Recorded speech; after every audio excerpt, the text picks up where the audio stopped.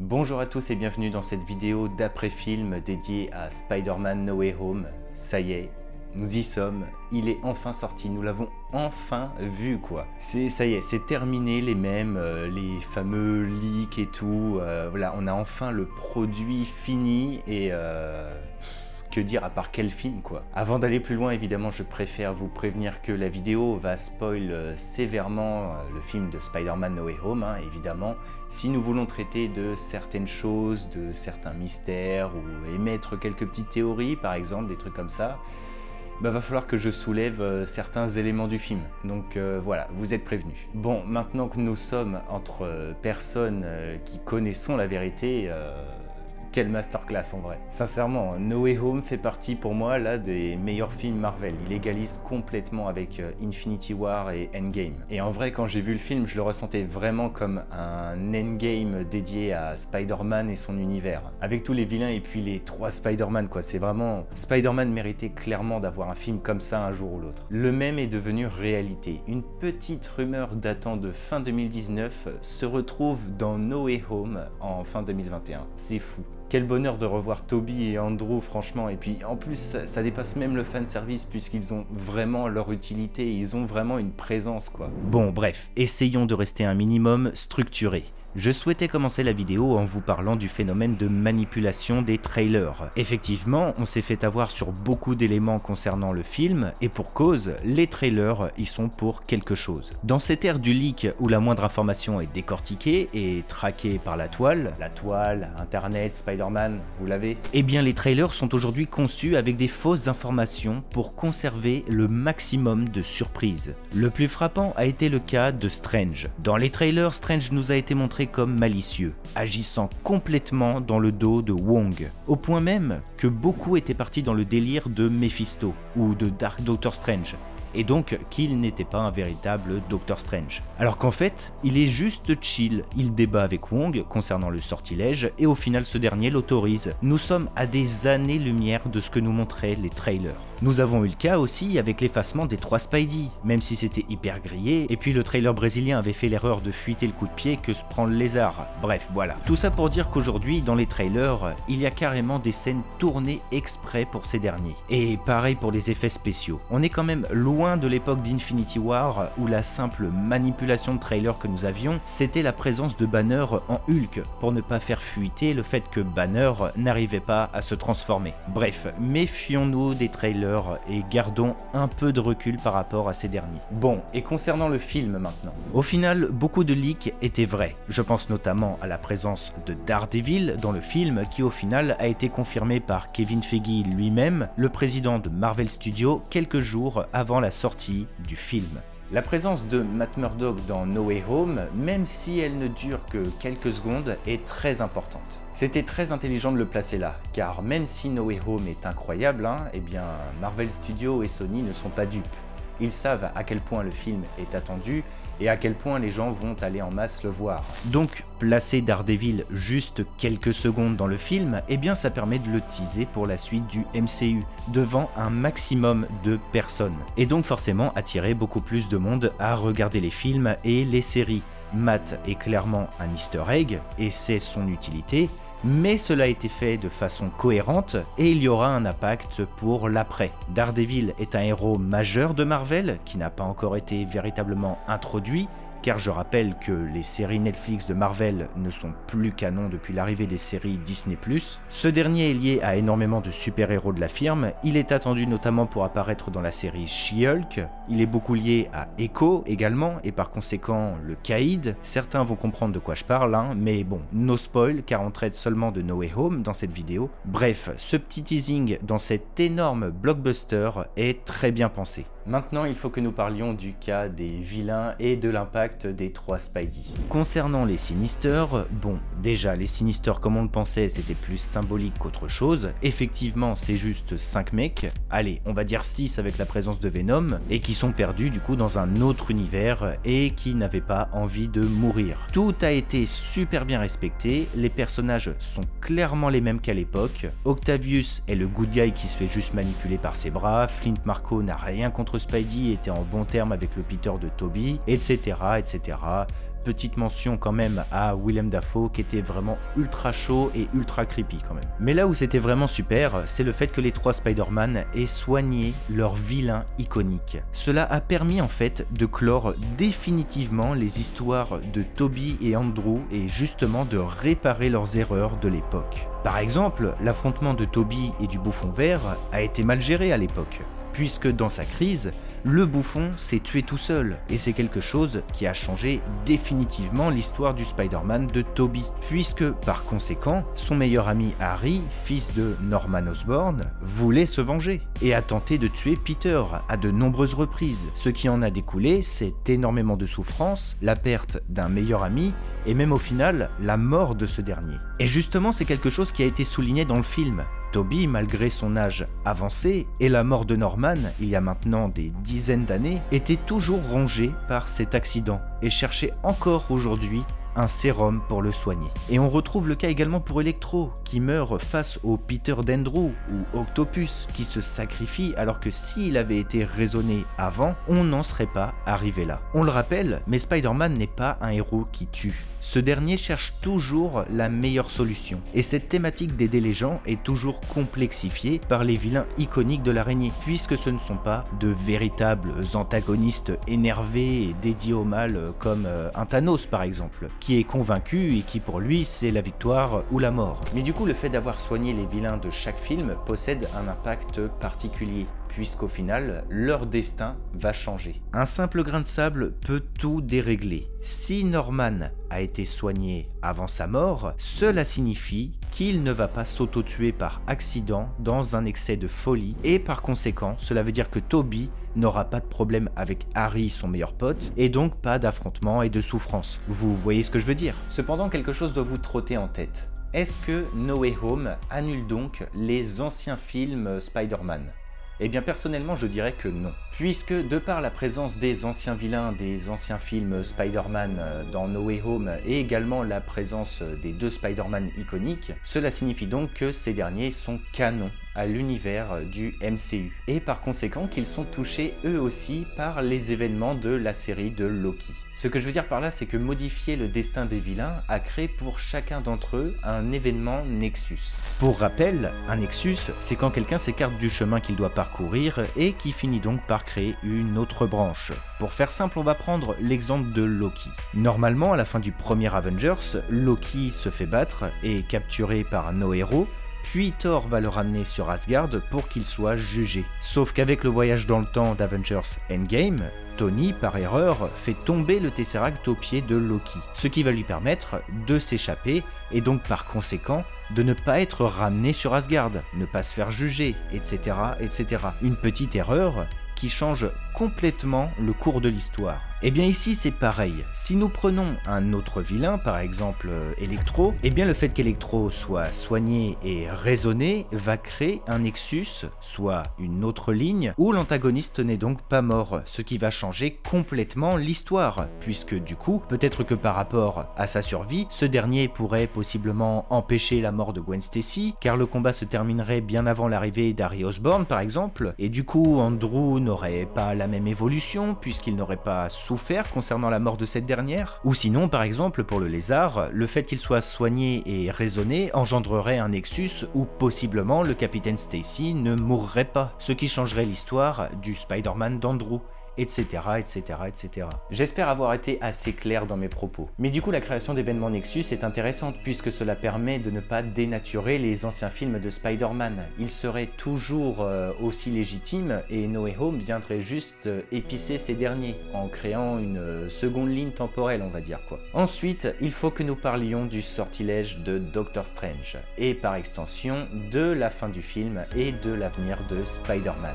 Le sortilège est plutôt particulier et m'intrigue sur certains points. À la fin du film, ce dernier a fait oublier à tout le monde que Peter était Spider-Man. Au final, Peter, de par les événements du film, fera le choix de ne pas renouer le contact avec ses proches, certainement pour les protéger. Une thématique importante du héros et une sacrée leçon, certainement transmise à forte chance par Andrew et Tobey de par leur vécu. Cependant, cela ne peut pas être aussi simple. Le film a bien pris le temps de nous montrer le résultat du sortilège, notamment par rapport rapport à MJ ou encore Happy avec la scène du cimetière. Et je pense sincèrement que ces scènes cachent certains éléments. Déjà, en termes de récit, d'évolution des relations et des histoires des personnages, c'est risqué de faire disparaître des intrigues importantes juste avec un sort de perte de mémoire. Pour moi, jamais de la vie Marvel et Sony supprimeraient tout ce qui a été établi avec MJ par exemple, et remettre 3 films pour reconstruire tout ça. Soit ils décident de mettre MJ de côté pour nous dire que ça y est, c'est fini, elle a oublié Peter, leur histoire s'arrête là et basta, ce qui est impossible pour moi car MJ est trop importante dans l'histoire de Spider-Man, surtout que Tobey nous a prouvé que malgré sa condition d'araignée et son grand âge, il est toujours avec sa MJ, et sans oublier également que Zendaya est une actrice vedette, donc je ne pense pas qu'il se passerait d'elle. Soit du coup, et c'est ce que je pense, c'est que son histoire avec Peter n'est pas totalement terminée, et que tout n'a pas été balayé. En fait, les gens ont oublié que Peter était Spider-Man, mais n'ont pas oublié leurs histoires avec Spider-Man. À voir comment a fonctionné le sort, mais cela voudrait dire que MJ, si elle réfléchit à son vécu avec Spider-Man, elle aurait comme une sorte de bug, comme s'il y avait un élément manquant à tout ça. Par exemple, si on prend le cas de Happy, ce dernier affirmait à Peter qu'il connaissait May grâce à Spider-Man, mais s'il prend le temps de réfléchir à la question, s'il réussit à refaire le lien entre May et Spider-Man, il pourrait retrouver l'identité de Peter. Enfin bref, tout ça pour dire qu'il y a un truc bizarre avec le sortilège. Possiblement, Strange a réécrit la réalité et modifié le vécu pour que tout le monde oublie Peter sans avoir à se poser de questions. Mais en soi, cela reste un sortilège. Une perte de mémoire n'est pas définitive. Du coup, par rapport à la fin du film, le sortilège va permettre à Peter d'effectuer sa véritable évolution en tant que super-héros. Il n'est plus lié à personne. Il a perdu son appui principal, Tante May. Il va devenir adulte et responsable. Je trouve d'ailleurs qu'il y a une certaine vibe à la Tobey Maguire à la fin du film.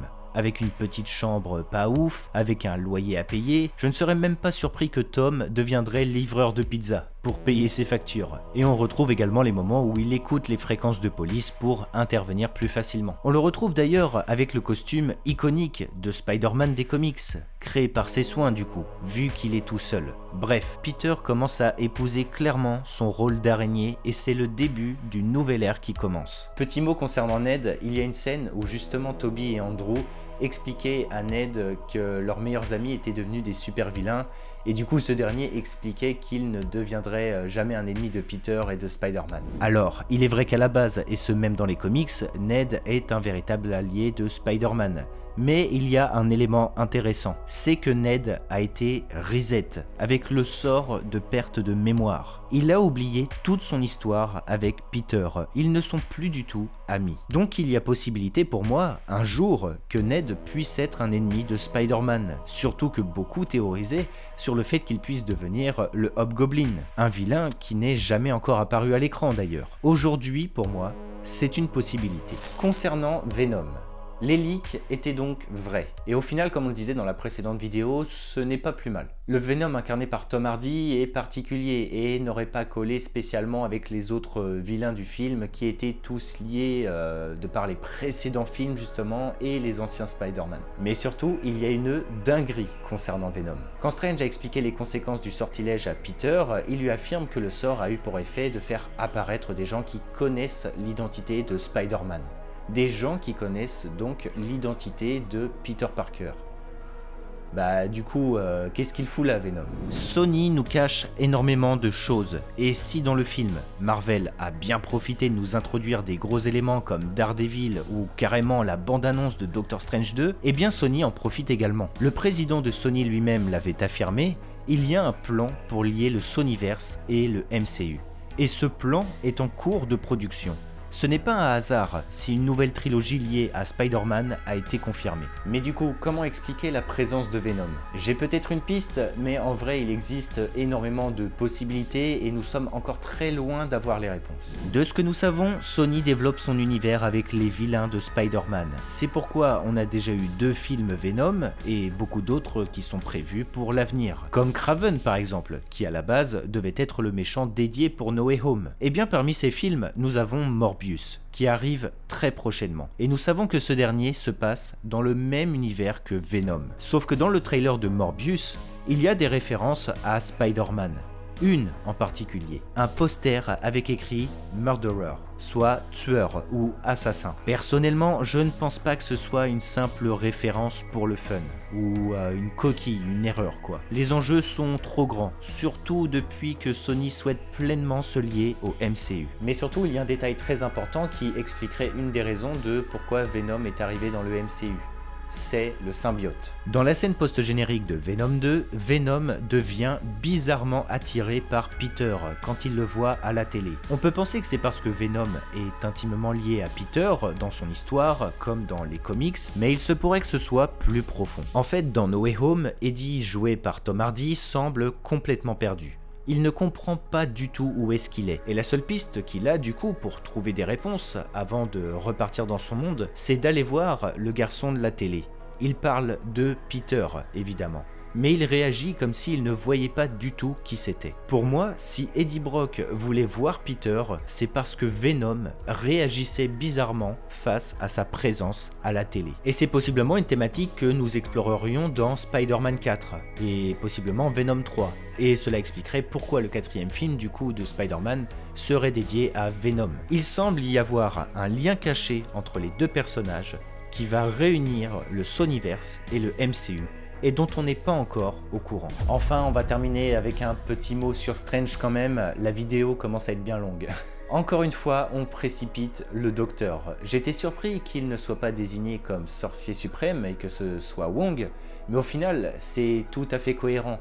Et d'ailleurs, si ils l'ont dit dans le film, c'est justement pour éclairer cet élément où on est beaucoup à se tromper quoi. Et puis en fait, à part le premier film de Doctor Strange, on ne suit pas bien l'évolution du Docteur dans le MCU, puisqu'il n'y en a pas vraiment encore. Donc le fait que Wong soit le sorcier suprême est logique, puisqu'effectivement Strange était absent durant les 5 années du Snap. Et surtout, cela explique du coup Shang-Chi, dont on avait soulevé la problématique dans la précédente vidéo. Néanmoins, le fait que Wong soit sorcier suprême n'est que temporaire. Nous savons qu'à terme, Steven aura ce titre. C'est l'ancien elle-même qui disait qu'il serait le meilleur des sorciers suprêmes. Et au vu de la bande-annonce qui tease une grosse menace pour Camartage et le fait que Strange devra sauver la situation, il y a de grandes chances pour qu'il devienne le sorcier suprême, véritablement, à la fin de son second film. Mais je vous avoue, on ne va peut-être pas trop s'étaler sur la bande-annonce car il y a beaucoup à dire et ce sera l'objet d'une vidéo dédiée. Donc n'hésitez pas à vous abonner pour ne rien louper. On va s'arrêter là je pense, le film était très dense, il y a énormément d'informations, il y a plein de secrets, de mystères, mais on a le temps. On va pouvoir analyser et théoriser sur tout ça dans les prochains jours, les prochaines semaines et les mois à venir. Nous sommes dans une nouvelle ère, No Way Home signe la fin d'un chapitre. Le multivers est véritablement lancé et nous en sommes témoins.